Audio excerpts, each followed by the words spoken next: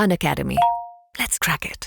यदि आप इस समय यूपीएससी की प्रिपरेशन की प्लानिंग अगर करने जा रहे हैं तो मैं आपको बता दूं कि ये टाइमिंग सबसे बेस्ट टाइमिंग है आपके पास एडमिशन के लिए। उसका सबसे बड़ा कारण है एक स्पेशल कोड आया है अनबॉक्स 23, जिसमें सबसे मिनिमम प्राइस के साथ आप सब्सक्रिप्शन को सिक्योर कर सकते हैं और 50% का डिस्काउंट भी, अप टू 50% का डिस्काउंट और 12 महीने तक का फ्री एक्सटेंशन भी आप प्राप्त कर सकते हैं according to subscription. Foundation batch 2025 के लिए बैच स्टार्ट हो चुका है 8 दिसंबर से। इसे आप शुरुआत कर सकते हैं। इसमें सी सेट हम कंप्लीट करेंगे।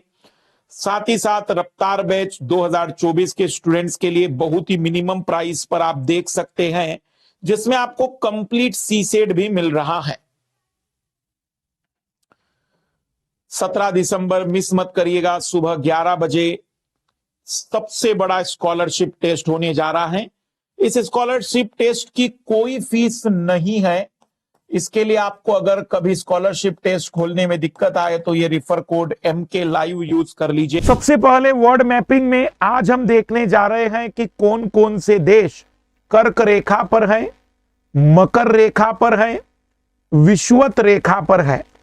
तो सबसे पहले तो ये बात समझने की कोशिश करते हैं कि कर्क रेखा, मकर रेखा और विषुवत रेखा का क्या लेना देना रहेगा, या हम ये कहें कि कर्क रेखा, मकर रेखा, विषुवत रेखा की जो बातचीत है वह हमें समझनी होगी।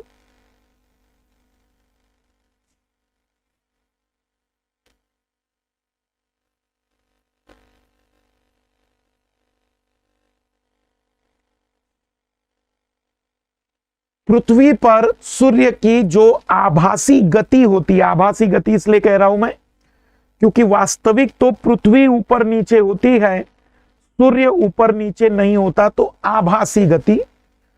तो सूर्य अधिकतम जिस ऊंचाई तक पहुंच पाता है उत्तरी गोलार्ध में 23.5 डिग्री उत्तरी अक्षांश की रेखा को हम कर्क रेखा, ट्रॉपिक ऑफ कैंसर कहते हैं।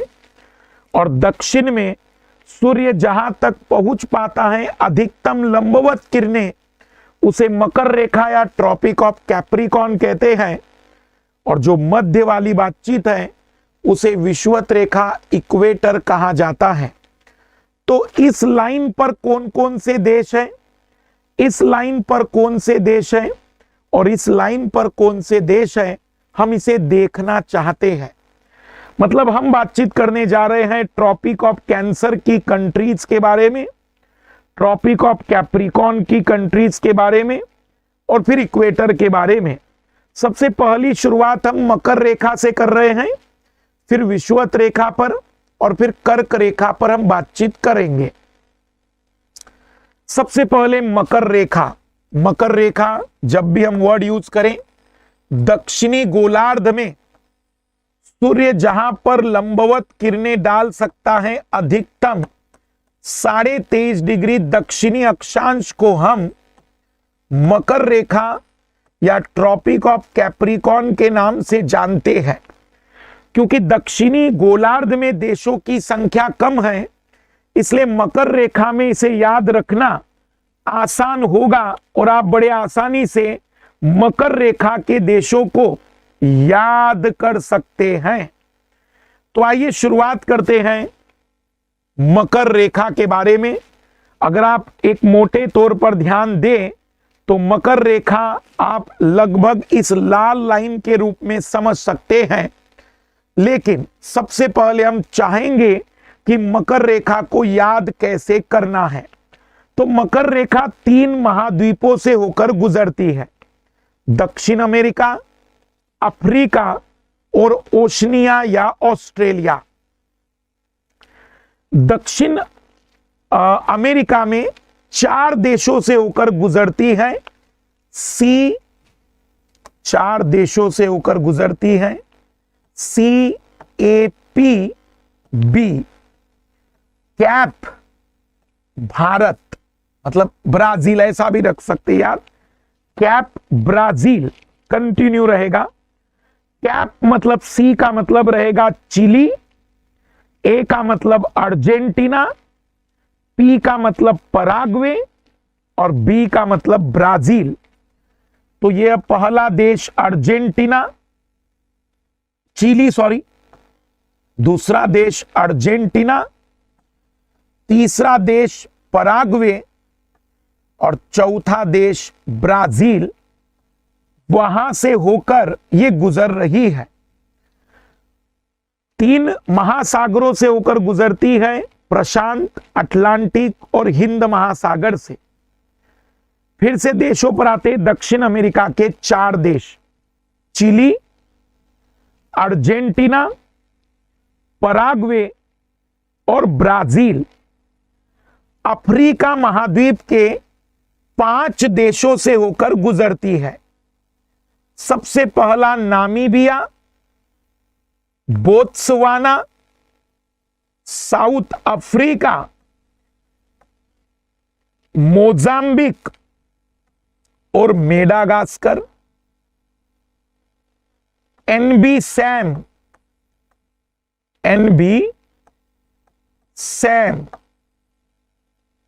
एनबी सैम, नहीं बनना सैम, जो भी आपको बेटर लगे, मैं ये कहना चाहूंगा, जिससे आप याद करने में आसानी महसूस करें। पुनः देशों के नाम, नामीबिया, नामीबिया ये वाला जो देश है नामीबिया, बोत्सवाना, दक्षिण अफ्रीका, मोजाम्बिक और मेडागास्कर। नामीबिया, बोत्सवाना, दक्षिण अफ्रीका, मोजाम्बिक, मेडागास्कर और सबसे अंत में ऑस्ट्रेलिया। कुल मिलाकर 10 देशों से होकर मकर रेखा गुजरती है। अब 10 देशों के नाम फिर से दोहरा देते हैं, आसानी हो जाएगी याद करने में। दक्षिण अमेरिका के 4 देश, cap, Brazil, Chile, Argentina, Paraguay, Brazil. Africa महाद्वीप के 5 देश, Namibia, Botswana, South Africa, Mozambique, Madagascar और ऑस्ट्रेलिया। ऑस्ट्रेलिया को यह लाइन लगभग मध्य भाग से काटती है, लगभग मध्य भाग से। तो 3 महाद्वीप, 10 देश, 3 महासागरों से होकर गुजरने वाली यह 23.5 डिग्री की दक्षिणी गोलार्ध वाली रेखा, यहां सूर्य साल में एक बार परपेंडिकुलर होता है 22 दिसंबर को, जिसे मकर संक्रांति कहते हैं। 22 दिसंबर मनाई जाती है, लेकिन 14 जनवरी में हमारे देश में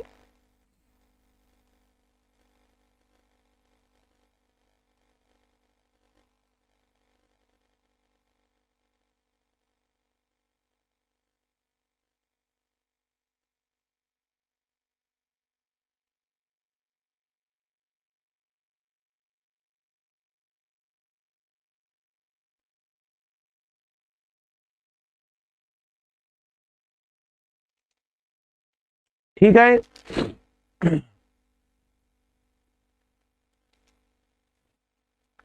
एक बार फिर याद कर लेते हैं, शायद अब याद हो जाए। एक ब्लैंक स्लाइड पर लेते हैं, चीजें जल्दी याद होगी ब्लैंक स्लाइड पर लेंगे तो। CAB ब्लैंक स्लाइड पर, CAB, CAP, B, N, B, S, A और ऑस्ट्रेलिया।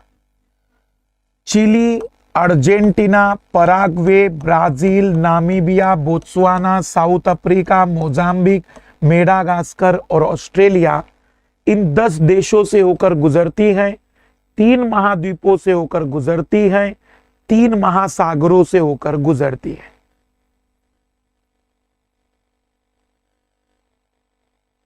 ठीक है। मकर रेखा 10 देश, 3 महाद्वीप, 3 जल निकाय से दक्षिण अमेरिका में Argentina, Brazil, Chile, Paraguay, Africa में नामीबिया, बोत्सवाना, दक्षिण अफ्रीका, मोजाम्बिक, मेडागास्कर और ऑस्ट्रेलिया अलग, और हिंद महासागर, अटलांटिक महासागर, प्रशांत महासागर से। अब आते हैं भूमध्य रेखा, विषुवत रेखा, इक्वेटर पर। इक्वेटर जिसे आप इस रेड लाइन के रूप में देख सकते हैं, लगभग पूरी पृथ्वी को 2 बराबर भागों में बांटती है। दक्षिण अमेरिका के 3 देशों से होकर गुजरती है, 3, वहां के 2 देशों से होकर गुजरेगी, 3 देशों से उधर भी, और बचे हुए 7 देश, तो 3 इधर 3 और बीच में 7, 3 में आ जाएगा जो गुजरने वाला जो देश है मालदीव, इंडोनेशिया और किरबाती या किरिबाती भी कहते हैं। तो पहले आते हैं दक्षिण अमेरिका के 3 देश। दक्षिण अमेरिका के 3 देश में पहला इक्वाडोर, दूसरा कोलंबिया और तीसरा ब्राजील। इक्वाडोर, कोलंबिया और ब्राजील, इक्वाडोर, कोलंबिया और ब्राजील। इसे बैक या कैब, जो भी आपको बेटर लगे ऐसे याद रखना, बैक या कैब या ईसीबी या बीसीई, बीसीई शब्द ज्यादा याद रहेगा, बिफोर क्रिस्ट, ईसा पूर्व, ऐसा याद रखो। तो 3 ब्राजील, कोलंबिया और इक्वाडोर, पहले 3 देश यहां के। और ब्राजील इकलौता दुनिया का देश है जहां से 2 लाइनें गुजरती है, मकर रेखा और विषुवत रेखा। फिर इन 3 देशों पर आओ, 3 देश पहले यहां के, Maldives, Indonesia, Kiribati. Maldives, Indonesia, Kiribati, 3 देश पहले उधर के भी देख लो, Maldives, Indonesia, Kiribati, MIK, Maldives, Indonesia, Kiribati. तो इधर Ecuador, Colombia, Brazil, Maldives, Indonesia, Kiribati. फिर बचे हुए 7 देश यहां से आएंगे, 7 देश। सबसे पहला एक द्वीपीय देश है, द्वीपीय देश Sao Tom and Principe. Sao Tom and Principe एक देश है, द्वीपीय देश साओ टॉम एंड प्रिंसिपे। फिर आते हैं गैबोन पर, गैबोन। फिर कांगो, 2 टाइप के कांगो हैं, एक रिपब्लिक कांगो है और एक डेमोक्रेटिक रिपब्लिक कांगो है। कांगो और Republic Congo, Democratic Republic Congo. Uganda, Kenya और सोमालिया। युगांडा, केनिया और सोमालिया। फिर से Sao Tome Principe, Gabon, Congo, Democratic Republic Congo, Kenya, Uganda, Kenya और सोमालिया। युगांडा, केनिया और सोमालिया। तो साओ टॉम प्रिंसिप, फिर Gabon, Congo, Democratic Republic Congo, Uganda, Kenya, Somalia. Uganda, Kenya, Somalia, 7 देश बीच में आएंगे। 3 देश दक्षिण अमेरिका के, 3 देश एशिया के, मालदीव एशिया का है, इंडोनेशिया और किरिबाती, किरिबाती एक्चुअल में प्रशांत महासागर का द्वीपीय देश है, प्रशांत महासागर का द्वीपीय देश, ओशनिया का हिस्सा माना जाता है।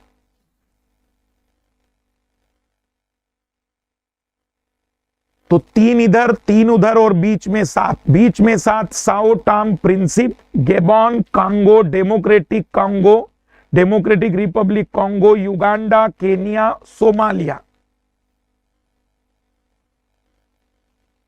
13 देशों से होकर गुजरेगी। दक्षिण अमेरिका में Ecuador, Colombia, Brazil, Gabon, Congo, Democratic Republic of Congo, Uganda, Kenya, Sao Tome Principe और सोमालिया।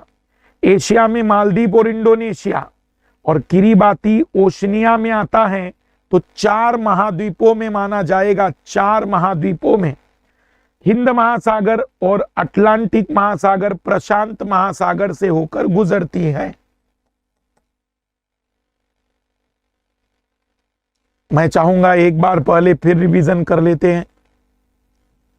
तो यहां 3 देश है, इक्वाडोर, कोलंबिया, ब्राजील। इधर 3 देश है, मालदीव, इंडोनेशिया, किरिबाती।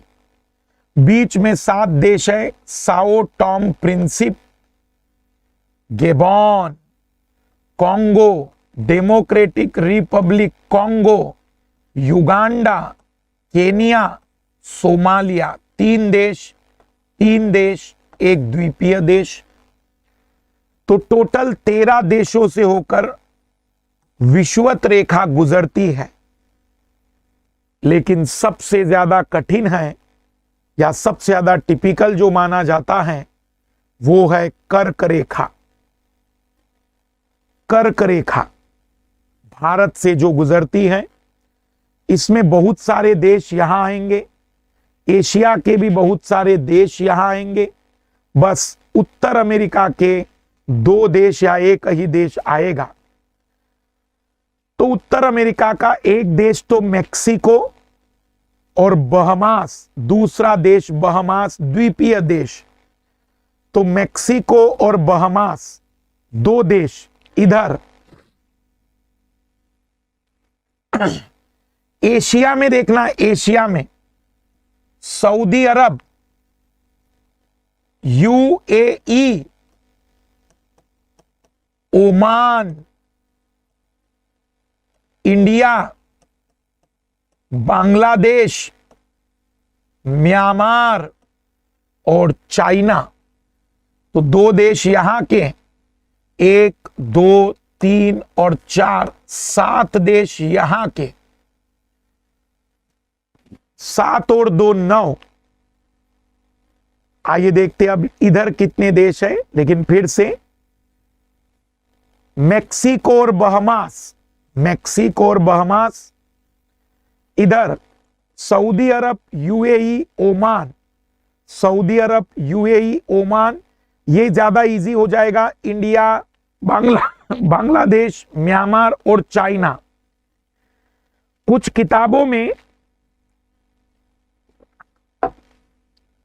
किताबों में ताइवान को अलग लिया है, जबकि ताइवान अभी हम अलग नहीं ले सकते।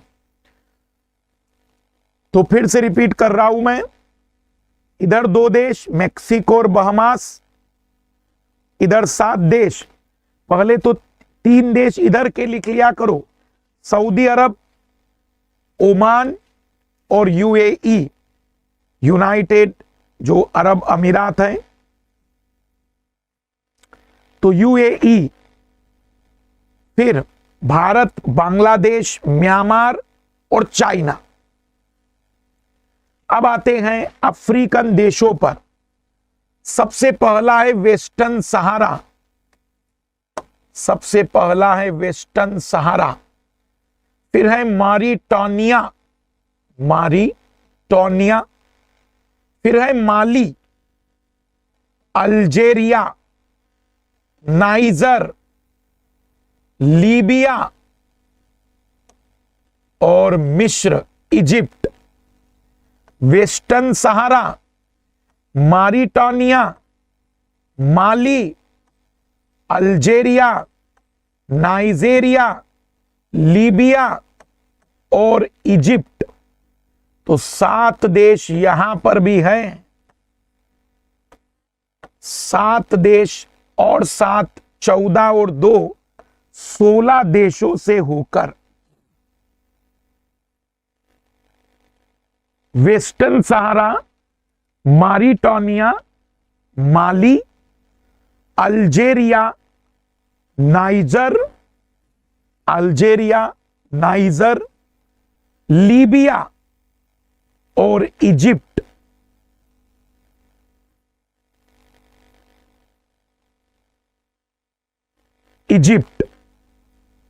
फिर रिपीट कर रहा हूं मैं, और मुझे बताना याद एक साथ होना चाहिए।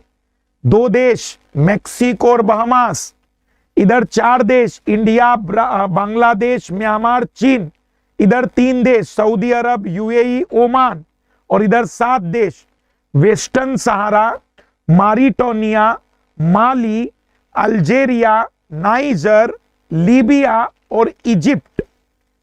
नाइजर, लीबिया और इजिप्ट।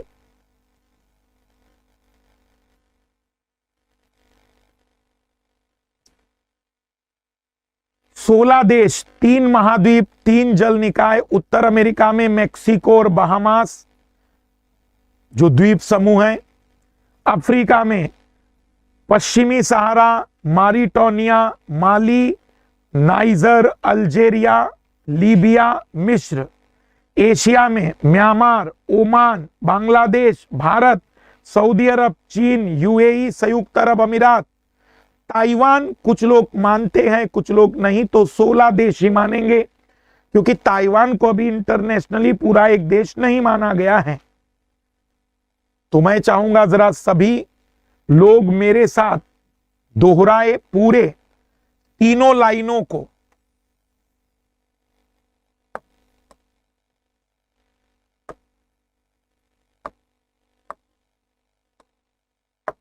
तीनों लाइनों को बनाते हैं फिर से।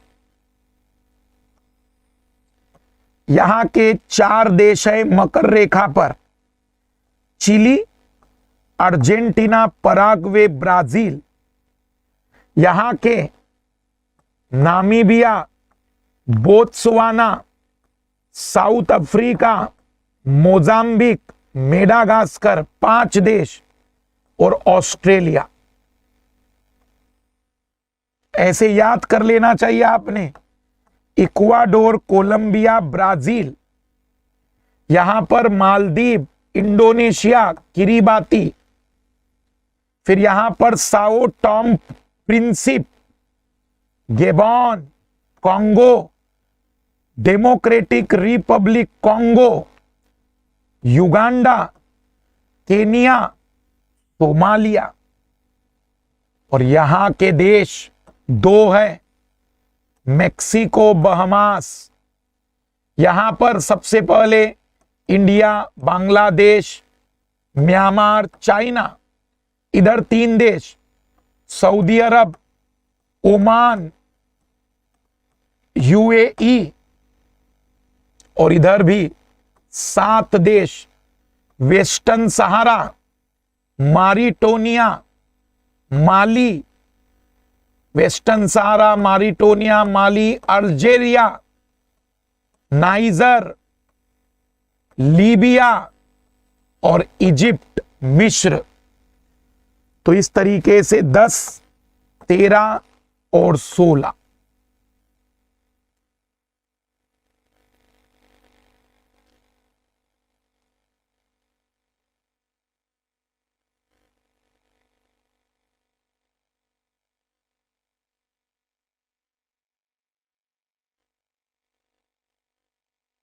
ठीक है, तो अब मुझे उम्मीद है कि तीनों चीजें क्लियर हुई होगी। अब आते हैं हम घास के मैदान। सबसे पहले तो जो विद्यार्थी पहली बार पढ़ रहे हैं, घास के मैदान वहां मिलते हैं जहां 70 से 80 सेंटीमीटर तक की बारिश होती है।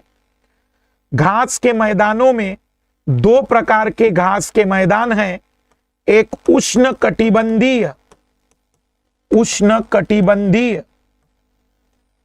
और एक शीतोष्ण कटिबंधीय,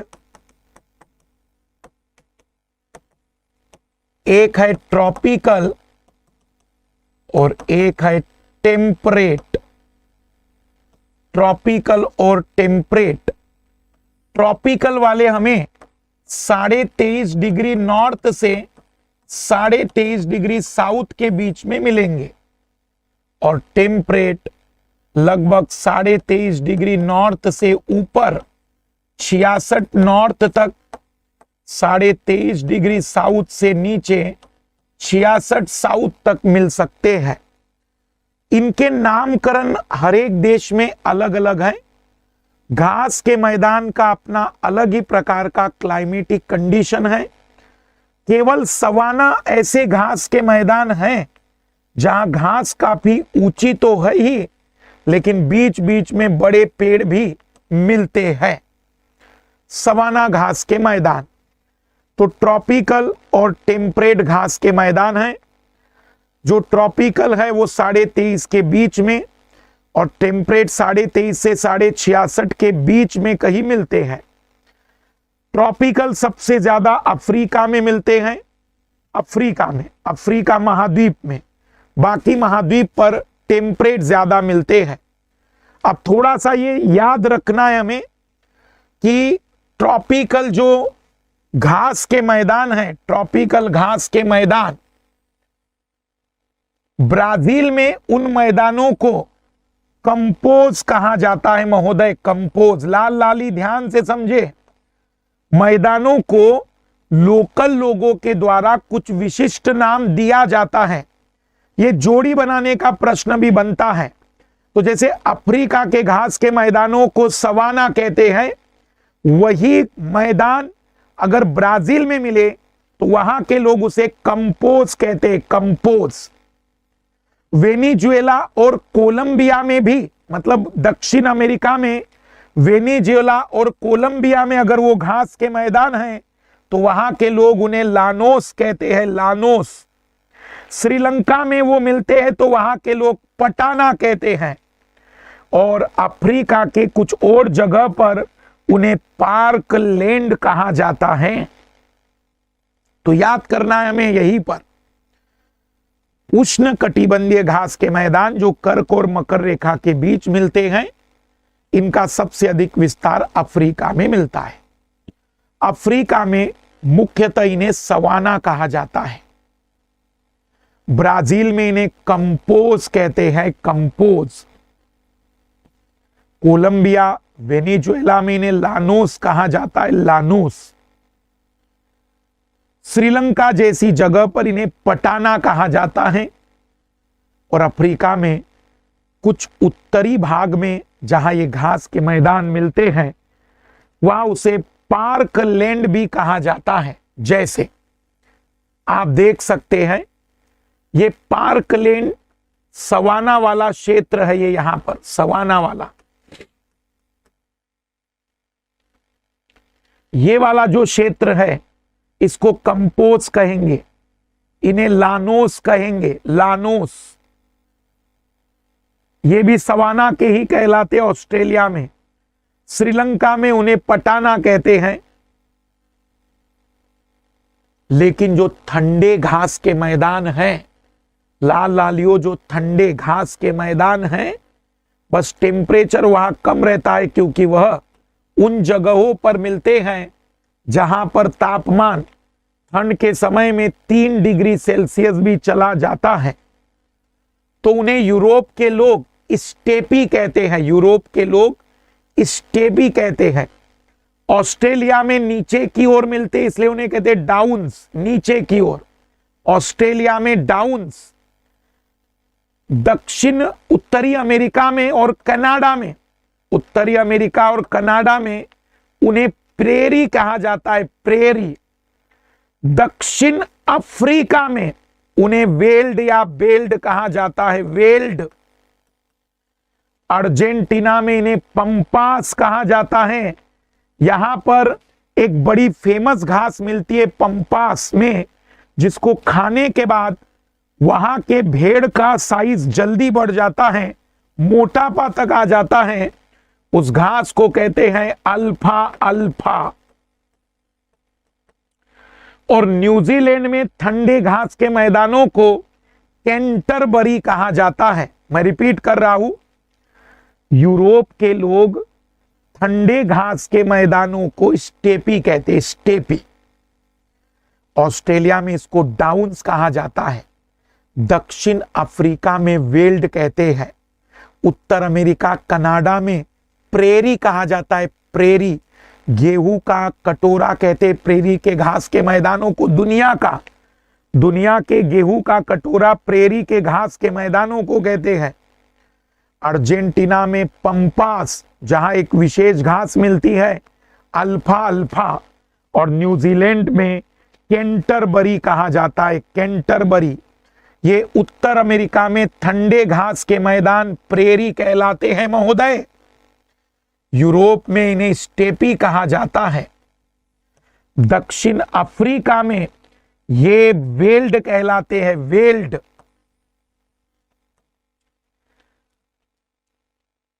यहां पर अर्जेंटीना में, यह अर्जेंटीना पराग्वे में हम कहेंगे कि पंपास कहलाते हैं, पंपास। अर्जेंटीना पराग्वे में पंपास। यहां डाउन्स कहलाते हैं, डाउन्स। और यहां अगर मिले तो कैंटरबरी कहलाते हैं, कैंटरबरी। ये सवाना है, ये लानोस है, लानोस। ये अर्जेंटीना में मिले कंपोज, लानोस, कंपोज, सवाना। गरम वाले है, गरम वाले। यहां पटाना कहलाएगा, पटाना।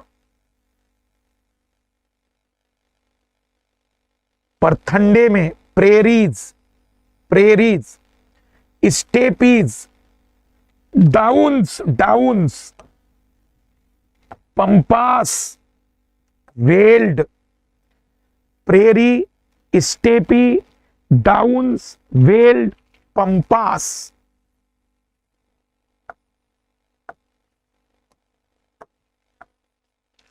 Pampas, veld, downs.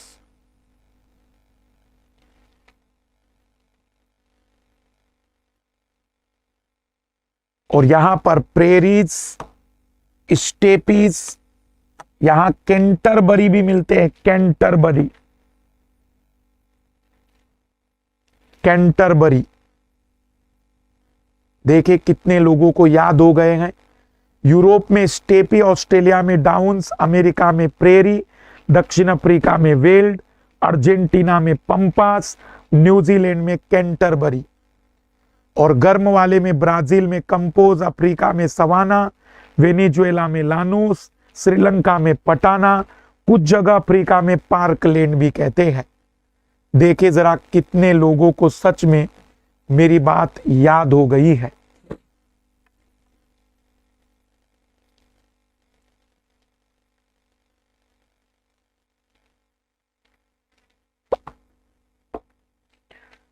मुझे बताते चलेंगे, तेजी से कमेंट्स करोगे आप लोग।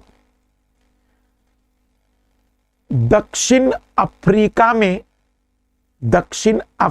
में कौन से घास के मैदान मिलते हैं और वो कैसे है, मतलब नाम क्या है, और वो कोल्ड है या हॉट है, ट्रॉपिकल है या टेम्परेट है, उष्ण कटिबंधीय है या शीतोष्ण कटिबंधीय है। तो दक्षिण अफ्रीका में मिलता है वेल्ड, दक्षिण अफ्रीका में वेल्ड, और वो शीतोष्ण है। बहुत बढ़िया, शीतोष्ण और वेल्ड, शीतोष्ण और वेल्ड आना चाहिए याद। वेनेजुएला में मिलने वाले गर्म घास के मैदान, उष्ण कटिबंधीय घास के मैदान का नाम क्या है? वेनेजुएला में मिलने वाले उष्ण कटिबंधीय घास के मैदान का नाम लानोस। बहुत बढ़िया, लानोस है, लानोस, लानोस, लानोस।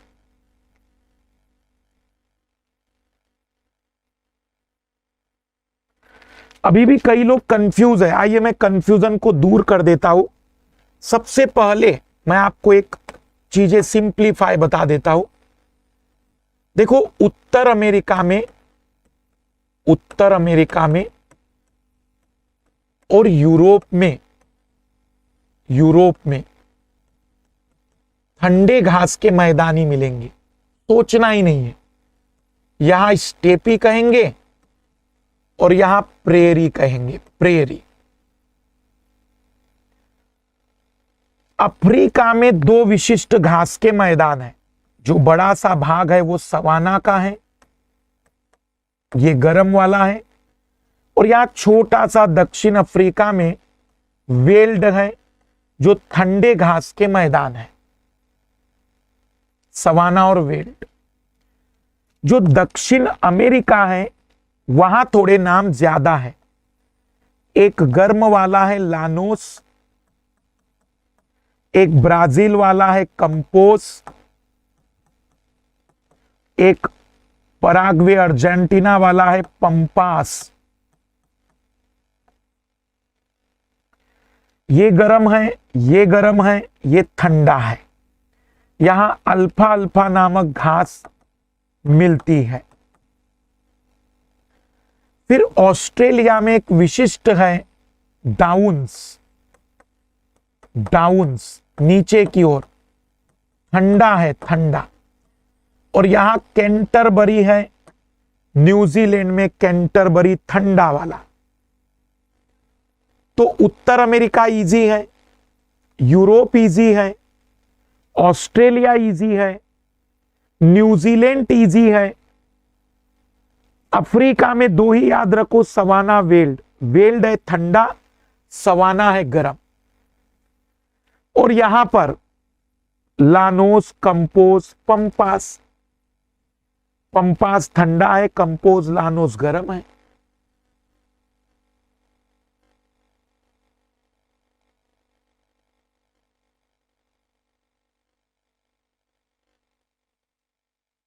आइए देख लेते हैं। Steppe, downs, prairie, veld, pampas, Canterbury. Brazil campos, savanna, llanos, Sri Lanka में पटाना, पार्कलैंड कुछ जगह पर कहा जाता है। ठीक है, देखिए कितने लोग उत्तर निकाल पाते। अब ऑस्ट्रेलिया में मिलने वाले घास के मैदान का नाम, ऑस्ट्रेलिया में मिलने वाले घास के मैदान का नाम।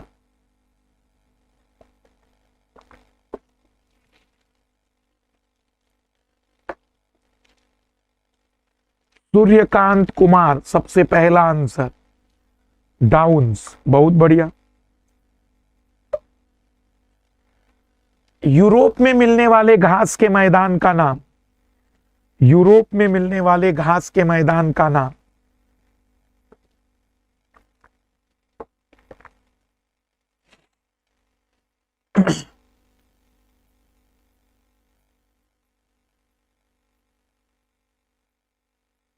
स्टेपी। उत्तर अमेरिका में मिलने वाले घास के मैदान का नाम, उत्तर अमेरिका, उत्तर अमेरिका में मिलने वाले घास के मैदान का नाम प्रेरी। बहुत बढ़िया, सबसे पहला आंसर वही सूर्यकांत का, प्रेरी। अफ्रीका के दक्षिण अफ्रीका में मिलने वाले घास के मैदान का नाम, दक्षिण अफ्रीका में मिलने वाले, दक्षिण अफ्रीका में मिलने वाले घास के मैदान का नाम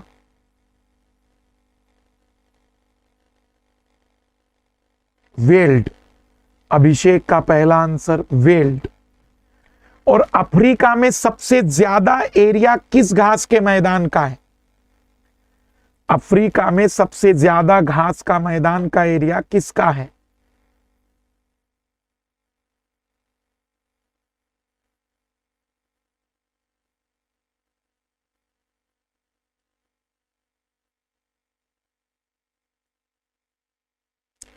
सवाना, सवाना।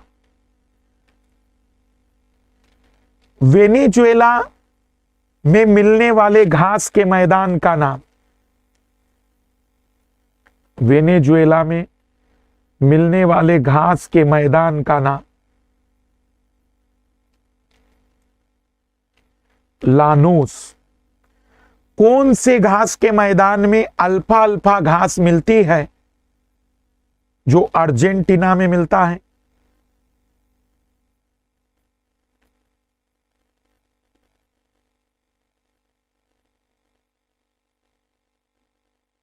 पंपास। बहुत बढ़िया।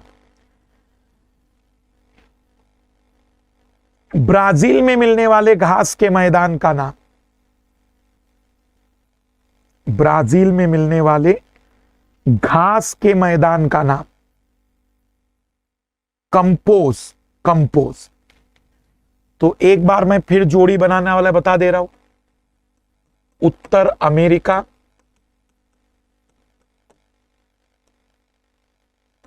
Venezuela, Venezuela, Brazil, Paraguay, Argentina, Africa, दक्षिण अफ्रीका,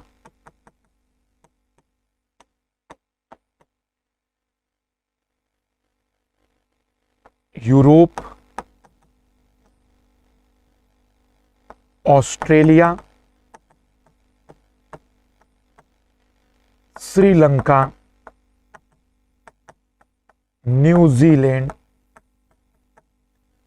उत्तर अमेरिका प्रेरी, ठंडा। वेनेजुएला लानोस, गर्म। ब्राजील कंपोज, गर्म। पराग्वे अर्जेंटीना पंपास, ठंडा। अफ्रीका में सवाना, गर्म। दक्षिण अफ्रीका में वेल्ड, ठंडा। यूरोप में स्टेपी, ठंडा। ऑस्ट्रेलिया में डाउन्स, ठंडा। श्रीलंका में पटाना, गर्म। न्यूजीलैंड में कैंटरबरी, ठंडा। अफ्रीका में कुछ जगह पार्कलैंड मिलता है, गर्म वाला। बस इतने याद रखने हैं। मुझे उम्मीद है कि अब पूरे याद हो गए होंगे। तो अब आते हैं विश्व की बड़ी झीलों पर। वैसे तो विश्व में अगर मैं कुछ गिनी चुनी झीलें बताऊं तो बिल्कुल एक नजर में इस मैप में आपको वो झीलें मैं दिखा देता हूं। पहले विश्व में जो फेमस झीलें हैं, सबसे पहली तो 5 ग्रेट लेक्स। 5 ग्रेट लेक्स, महान झील। 5 ग्रेट लेक्स। फिर माराकैबो, क्योंकि सबसे बड़ी झील है ये दक्षिण अमेरिका की। दुनिया की सबसे ऊंची झील Titicaca. Maracaibo, Titicaca, great lakes. Africa की सबसे बड़ी झील विक्टोरिया, टांगानिका, टांगानिका और मलावी, मलावी। एशिया में कैस्पियन सागर, दुनिया की सबसे बड़ी झील, खारे पानी की कहे या ओवरऑल कहे। अरल सागर, बैकाल झील और डेड सी, मृत सागर। और लेक आयरे, लेक आयरे। कितने याद रखने हैं? 1 2 3 4 5 6 7 8 9 10 11। लेक आयरे मतलब ये 11 झीलें। एक्चुअली हमें इन 11 झीलों की जानकारी होनी चाहिए, जिसमें कुछ बड़े इंपॉर्टेंट फैक्ट भी है।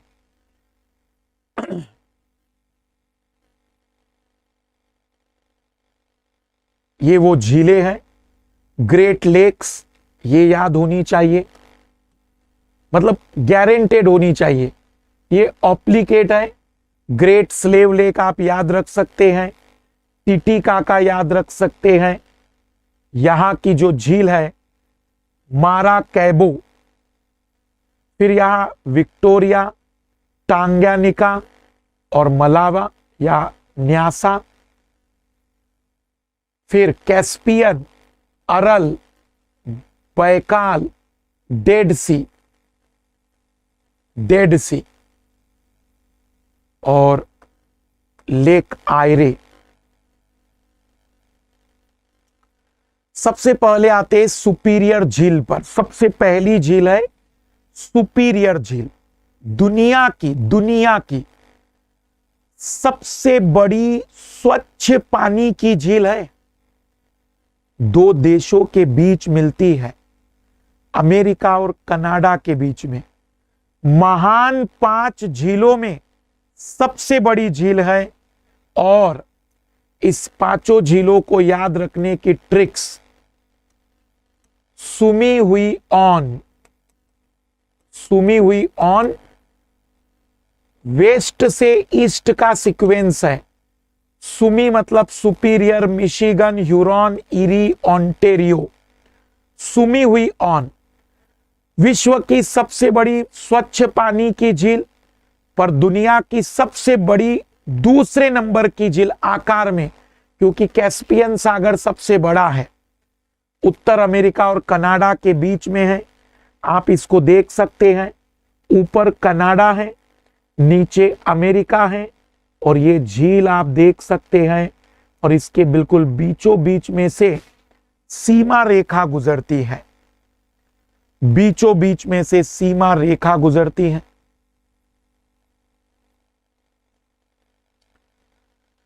इकलौती मिशिगन ऐसी झील है जो पूरी तरह से अमेरिका में है। बाकी अगली झील भी अगर आप देखेंगे ह्यूरॉन, तो नीचे आधा हिस्सा अमेरिका, आधा हिस्सा कनाडा के पास है। और यहां पर भी ये ऐसी जाती है इनकी सीमा रेखा, तो आधा हिस्सा कनाडा, आधा हिस्सा इरी का अमेरिका के पास है। ओंटेरियो में भी आधा आधा हिस्सा होता है, लेकिन केवल मिशिगन पूरी तरह से अमेरिका में है। इसे और भी नजदीक से आप देखें तो नीचे की ओर आपको दिख सकता है ये पूरा सुपीरियर झील का हिस्सा है। ऊपर कनाडा और नीचे अमेरिका है, ये ग्रीन कलर वाला, ये उनकी सीमा रेखा गुजर रही है।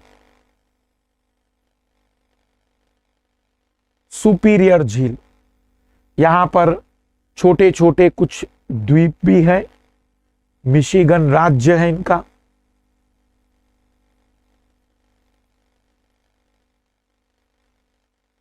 तो सबसे पहली और सबसे बड़ी झील स्वच्छ पानी की सुपीरियर, अमेरिका और कनाडा के बीच में 5 महान झीलों का हिस्सा है। और उसमें भी बड़ी बात यह है कि यहां पर ये जो 5 झीलें हैं, इसमें सुमी हुई ऑन का सीक्वेंस याद रखना है। Great lake, superior, Huron, Michigan, eri, Ontario sequence है। Sumi, superior, Michigan, Huron, eri, Ontario, Sumi हुई ऑन, सुमी हुई ऑन। इसको देख सकते हैं आप। सुपीरियर पहली, दूसरी मिशिगन, तीसरी ह्यूरॉन, चौथी इरी, 5वीं ओंटेरियो। ये सुपीरियर, मिशिगन, ये पूरी लाल लाइन जो आप देख पा रहे हैं, ये बॉर्डर है, बॉर्डर, ये बॉर्डर है, बॉर्डर। बस यही एक झील है जो पूरी तरह से अमेरिका में है, ये सबसे बड़ी है। दूसरे नंबर पर मिशिगन है। और आप देख सकते हैं कनाडा का ओंटेरियो ऊपर की ओर शहर है।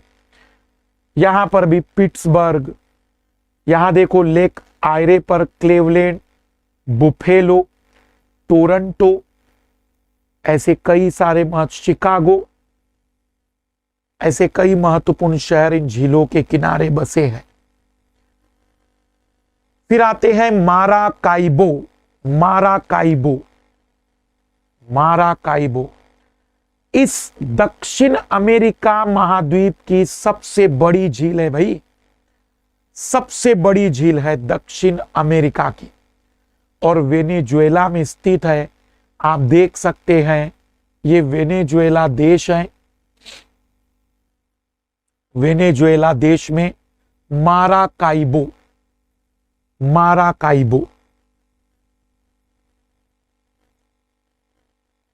टिटिकाका झील दुनिया की सबसे ऊंचाई पर स्वच्छ पानी की, विश्व की सबसे ऊंचाई पर नाव चलाने वाली झील है। दो देश बोलिविया और पेरू के बीच में आती है इंडिस पर्वत में। ये देख लो, ये बोलिविया है और ये पेरू देश है। इन दोनों की बॉर्डर पर है टिटिकाका झील, लेक टिटिकाका। बोलिविया और पेरू के सीमा रेखा पर टिटिकाका इंडिस पर्वत है वहां। तो टिटिकाका झील सुपीरियर माराकाइबो वेनेजुएला में, टिटिकाका बोलिविया और पेरू देश के बीच में सबसे ऊंचाई पर मिलने वाली झील बोलिविया। ये बोलिविया को आप देख सकते हैं, आधा हिस्सा उसका पेरू की ओर और आधा हिस्सा बोलिविया की ओर है।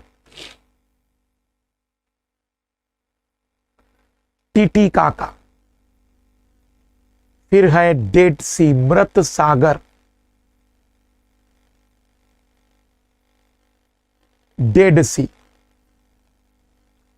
दुनिया की दूसरी सबसे बड़ी खारे पानी की, डेड सी तो नहीं है, अभी इसको रोक देते। हाँ, जॉर्डन में स्थित है डेड सी, जॉर्डन। और मृत सागर एशिया का सबसे निचला बिंदु, गहनतम बिंदु माना जाता है। डेड सी एक तरफ से हम देख सकते हैं कि जॉर्डन है, कुछ हिस्सा इजराइल मानता है इसका अपना, जॉर्डन और इजराइल की सीमा रेखा पर। फिर है अरल सागर, एशिया की दूसरी सबसे बड़ी खारे पानी की झील ये है, क्योंकि सबसे बड़ा तो कैस्पियन है। कजाकिस्तान उज्बेकिस्तान के मध्य में दो नदियां सिर दरिया और अमू दरिया नदियां अरल सागर में गिरती है। ये देख लीजिए, अरल सागर दो देश कौन से, कजाकिस्तान और उज्बेकिस्तान। कजाकिस्तान और उज्बेकिस्तान के बीच में, कजाकिस्तान और उज्बेकिस्तान के बीच में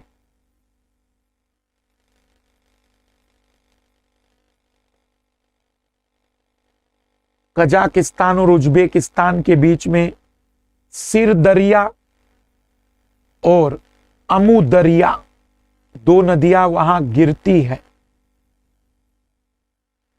अरल सागर दुनिया का दूसरा सबसे बड़ी खारे पानी की झील। वैसे ओवरऑल दुनिया की सबसे बड़ी झील दूसरे नंबर पर सुपीरियर है, कजाकिस्तान और उज्बेकिस्तान के बीच में। कैस्पियन सागर दुनिया की सबसे बड़ी झील, खारे पानी की भी कह सकते हो और नॉर्मल में भी। 5 देशों से हो, 5 देश इसके चारों तरफ है।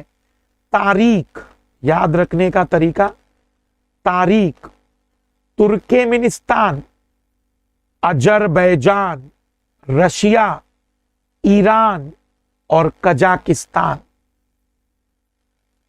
कजाकिस्तान। कैस्पियन सागर दुनिया की सबसे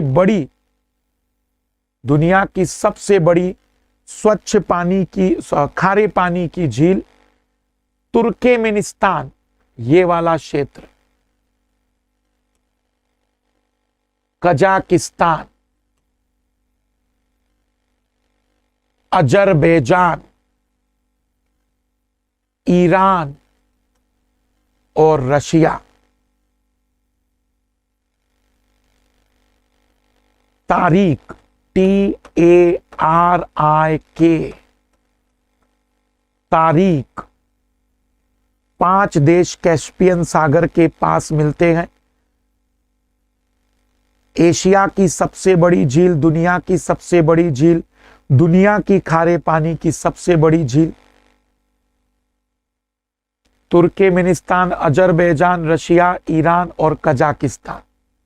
मतलब कजाकिस्तान में अरल सागर और कैस्पियन सागर। बैकाल झील एशिया की सबसे बड़ी मीठे पानी की झील।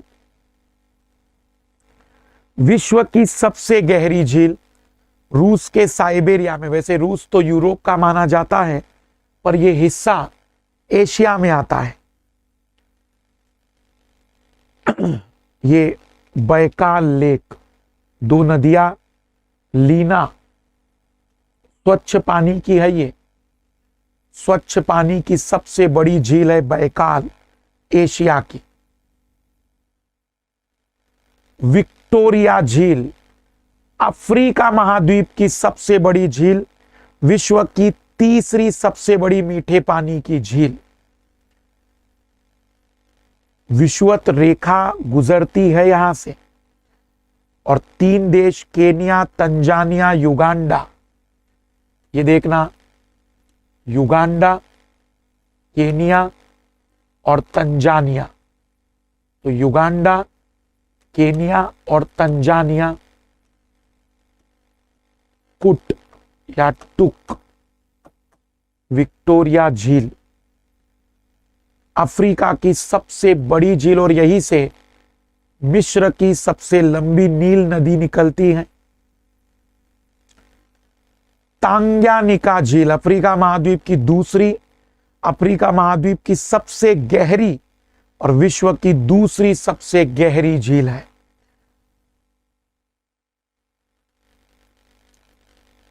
चार देश तंजानिया, बुरुंडी, जायरे और जाम्बिया।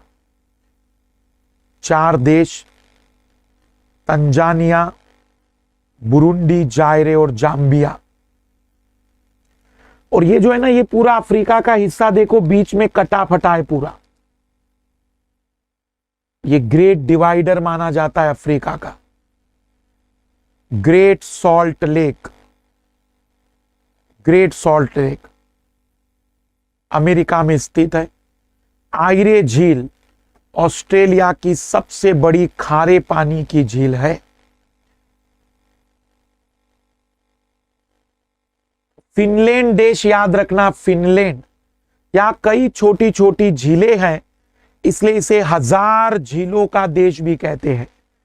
फिनलैंड को 1000 झीलों का देश या झीलों का देश कहा जाता है। तो झीलों में एक बार फिर रिवीजन कर रहे हैं हम लोग।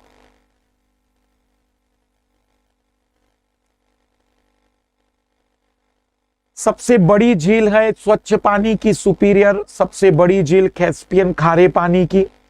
5 ग्रेट लेक सुमी हुई ऑन के रूप में मिशिगन केवल अमेरिका में, बाकी 4 कनाडा और अमेरिका के बीच में है।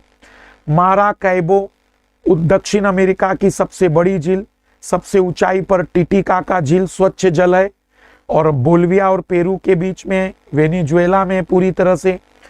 अफ्रीका की सबसे बड़ी झील विक्टोरिया है।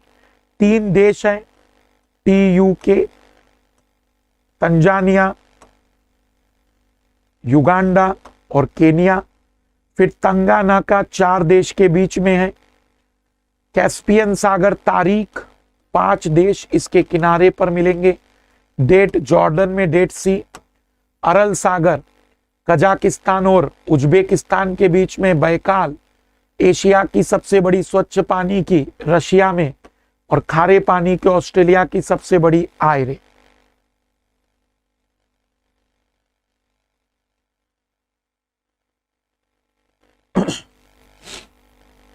अब आते विश्व की प्रमुख जल संधि। जल संधि का मतलब कोई ऐसा जगह जो 2 बड़े जलाशयों को जोड़ता है, या तो जलाशय को जोड़ता है, जैसे मान लो हिंद महासागर को प्रशांत महासागर से जोड़े तो मलक्का जल संधि, या जल संधि उसे कहते जो बड़े महाद्वीपों को अलग करती है। 2 बड़े महाद्वीपों को अलग करती है।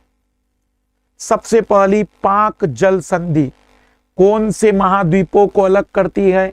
तो हम कहेंगे महाद्वीप नहीं, लेकिन दो क्षेत्र है, श्रीलंका और भारत। और किन दो जलों को जोड़ती है? तो गल्फ ऑफ मन्नार के पानी को एक तरीके से बंगाल की खाड़ी से जोड़ती है पाक स्ट्रेट। इसका नाम मद्रास के ब्रिटिश गवर्नर रहे रॉबर्ट पाक के नाम पर रखा गया, पाक स्ट्रेट, पाक जल संधि। श्रीलंका और भारत के बीच में गल्फ ऑफ मन्नार और बंगाल की खाड़ी के जल को जोड़ती है और रॉबर्ट पाक के नाम पर नाम रखा गया है। मलक्का जल संधि हिंद महासागर के जल को प्रशांत महासागर के जल से जोड़ती है और मलेशिया और इंडोनेशिया को अलग करती है। मलेशिया और इंडोनेशिया को अलग करती है। मलेशिया, ये अंडमान सागर है यहां पर, और ये दक्षिण चीन सागर है, दोनों का जल जुड़ता है, ऐसा कह सकते हैं। मलक्का जल संधि, मलक्का स्ट्रेट, बाब अल मंडेब, बाब अल मंडेब जल संधि, ये वाली दो देश यमन और जिबूती के बीच में, यमन और जिबूती के बीच में लाल सागर को अदन की खाड़ी से जोड़ती है। अदन की खाड़ी मतलब हिंद महासागर, अरब सागर का हिस्सा। लाल सागर को जोड़ती है अदन की खाड़ी से बाब अल मंडेब, और यमन को जिबूती से अलग करती है। यमन और जिबूती अफ्रीका को एशिया से अलग करती है। हार्मूज जल संधि ओमान और ईरान के बीच में मिलती है। ईरान और ओमान के बीच में ओमान की खाड़ी और फारस की खाड़ी को जोड़ती है। स्ट्रेट ऑफ हार्मूज, ये पर्शियन गल्फ मतलब ईरान की खाड़ी को अरब सागर से जोड़ती है, ये भी कह सकते हैं। ईरान और ओमान है ये क्षेत्र, ओमान, ईरान और ओमान के बीच में। जिब्राल्टर अफ्रीका को यूरोप से अलग करता है। जिब्राल्टर स्पेन और मोरक्को के बीच में मिलता है, या हम कह सकते हैं कि भूमध्य सागर को अटलांटिक महासागर से जोड़ता है। इसे भूमध्य सागर की कुंजी भी कहते हैं। यूरोप में स्पेन और अल्जेरिया के बीच में मिलता है, मोरक्को के बीच में मिलता है। स्पेन और मोरक्को के बीच में मेडिटेरियन सी को अटलांटिक महासागर से जोड़ता है। डोवर जल संधि फ्रांस और ब्रिटेन के बीच में मिलती है और इंग्लिश चैनल के पानी को उत्तरी सागर से जोड़ती है। इंग्लिश चैनल के पानी को उत्तरी सागर से फ्रांस और ब्रिटेन के बीच में मिलती है। मेगलन बड़ा फेमस है। ये दक्षिण अमेरिका जो है उसमें अगर आप देखेंगे तो जो नीचे की ओर है दक्षिण अमेरिका में जो अर्जेंटीना, ये इस तरीके से पूरा कटा फटा है। तो प्रशांत महासागर को अटलांटिक महासागर से जोड़ता है और चिली जैसे देश से गुजरता है, चिली जैसे देश से। मेगलन स्ट्रेट कहते हैं, मेगलन फेमस है ये, मेगलन जल संधि। फिर फ्लोरिडा की जल संधि, फ्लोरिडा उत्तर अमेरिका का फ्लोरिडा और क्यूबा के बीच में मिलती है। अटलांटिक महासागर को मेक्सिको की खाड़ी से जोड़ती है। ये वाला जो है अटलांटिक महासागर को मेक्सिको की खाड़ी से। फिर स्थल संधियां दुनिया में केवल दो ही है, एक पनामा और एक सुएज। सुएज का बीच नहर, उसको तोड़ा गया जमीन को और पानी से जोड़ा गया 1869 में, और पनामा 1914 में काटा गया और उत्तर और दक्षिण अमेरिका के बीच में एक नदी जैसा पनामा नहर बना दी गई, तो रास्ता जो पहले इस किनारे से यहां तक पहुंचने में काफी समय लगता था, अब वो शॉर्टकट रास्ता बन गया। अफ्रीका एशिया के साथ स्वेज स्थल संधि द्वारा जुड़ा है, मतलब अफ्रीका और एशिया को जोड़ता है या दो जलाशयों को हटाता है स्थल संधि।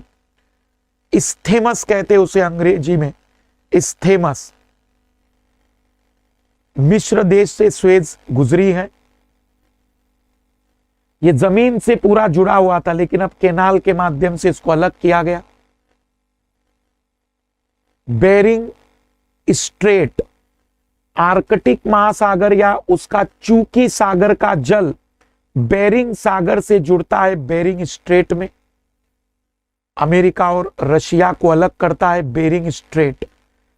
अलास्का और रशिया को अलग करता है बेरिंग स्ट्रेट। अलास्का और रशिया को अलग करता है बेरिंग स्ट्रेट। तो एक बार मैं चाहूंगा फिर से एक नजर डाल देते हैं जल संधियों पर। पहली पाक जल संधि भारत और श्रीलंका के बीच में, क्षमा चाहूंगा मैं, और दो क्षेत्र जोड़ती है, गल्फ ऑफ मन्नार और बंगाल की खाड़ी, रॉबर्ट पाक के नाम पर। मलक्का जल संधि प्रशांत महासागर हिंद महासागर से या अंडमान सागर दक्षिण चीन सागर से इंडोनेशिया और मलेशिया के बीच में।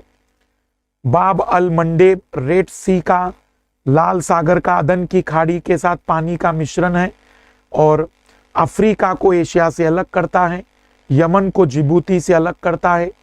हार्मुज जल संधि ओमान और ईरान के बीच में, ईरान सागर और पर्शियन गल्फ और अरेबियन सागर के बीच में। जिब्राल्टर अफ्रीका को यूरोप से अलग करता है, मोरक्को स्पेन के बीच में। भूमध्य सागर का पानी अटलांटिक महासागर से जुड़ता है। डोवर जल संधि फ्रांस और ब्रिटेन के बीच में। इंग्लिश चैनल को नॉर्थ सी से जोड़ता है। मेगलन बड़ा फेमस है और अटलांटिक महासागर को प्रशांत महासागर के बीच में बिल्कुल टेढ़े मेढ़े रास्ते से अर्जेंटीना से गुजरता है। फ्लोरिडा भी इतना कोई खास नहीं, लेकिन दो स्थल संधियां पनामा और स्वेज। स्वेज 1869 में, पनामा 1914 में बना। उत्तर और दक्षिण अमेरिका को जोड़ता है। स्वेज अफ्रीका को एशिया से जोड़ता है। बेरिंग जल संधि है, रशिया और अलास्का के बीच में मिलती है, अमेरिका को रशिया से अलग करती है। प्रमुख खाड़ियां, पहले तो समझ लीजिए एक बात, जल संधि मतलब दो जलाशयों को जोड़ने वाली दो स्थलों को अलग करती है, जैसे जिब्राल्टर। स्थल संधि पनामा, दो स्थलों को, दो महाद्वीपों को जोड़ने वाली, दो जलाशयों को अलग करने वाली। चैनल थोड़ा चौड़ी जगह होती है, चैनल जैसे मेडागास्कर और मोजाम्बिक के बीच में मोजाम्बिक चैनल मिलता है, थोड़ा चौड़ा रास्ता होता है। गल्फ का मतलब होता है कि वह शुरुआत में तो चौड़ा होगा, फिर संकरा होता जाएगा, और बे का मतलब होता है कि वो शुरुआत में तो संकरा होगा, मतलब गल्फ अपेक्षाकृत बड़ी होती है, संकरा मुख और बाद में चौड़ा होता है, संकरा मुख और बाद में चौड़ा होता है, ऐसा। तो इसको कहेंगे गल्फ, और जो शुरुआत में चौड़ा हो और फिर संकरा होता जाए उसको कहते बे। बंगाल की खाड़ी अपवाद है, सबसे बड़ी खाड़ी है, अन्यथा बे छोटी होती है। बंगाल की खाड़ी दुनिया की सबसे बड़ी बे है। अलास्का की खाड़ी, गल्फ ऑफ अलास्का, अलास्का की खाड़ी की अगर हम बातचीत करें तो एक तरीके से यहाँ दो समुद्रों का जल मिलता है, दो समुद्रों का, ये ऐसा पानी दिखता है यहां पर। हडसन की खाड़ी, जो हडसन की बे है, वो हम कहेंगे कि कनाडा में मिलती है।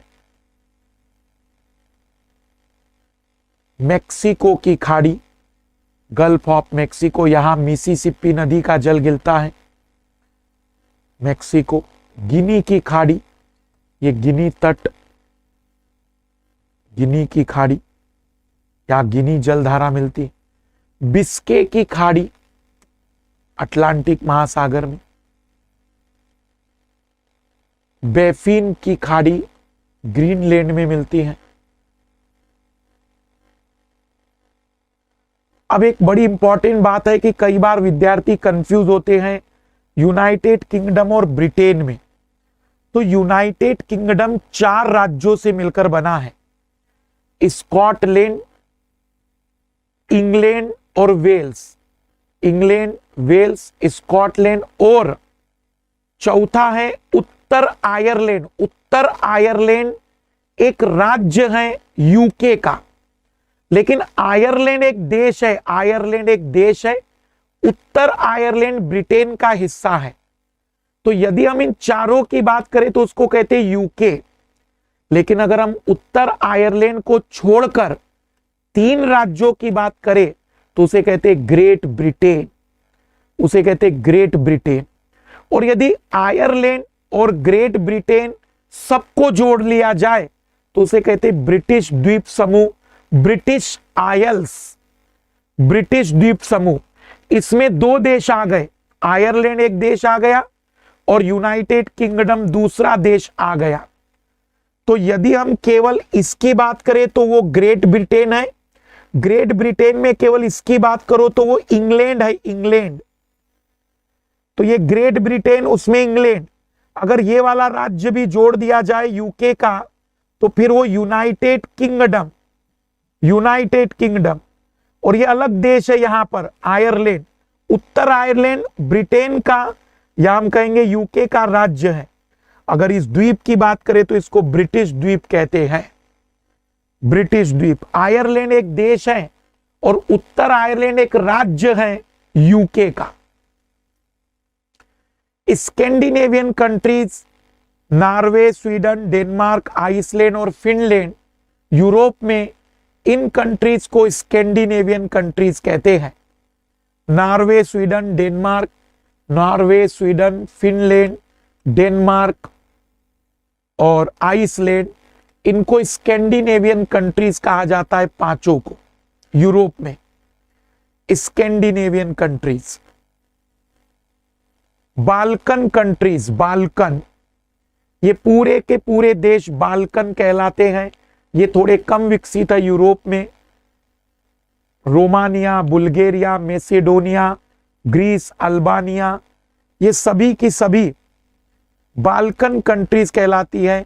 और बाल्कन एक पर्वत भी है। आइबेरियन कंट्रीज, स्पेन, पुर्तगाल और फ्रांस। स्पेन, पुर्तगाल और फ्रांस को आइबेरियन कंट्री कहा जाता है, आइबेरियन। तो स्कैंडिनेवियन, बाल्कन और आइबेरियन कंट्रीज, ये भी कई बार पूछा जाता है। तो इसी के साथ वर्ड मैपिंग का ये सेशन खत्म होता है। Unacademy. Let's crack it.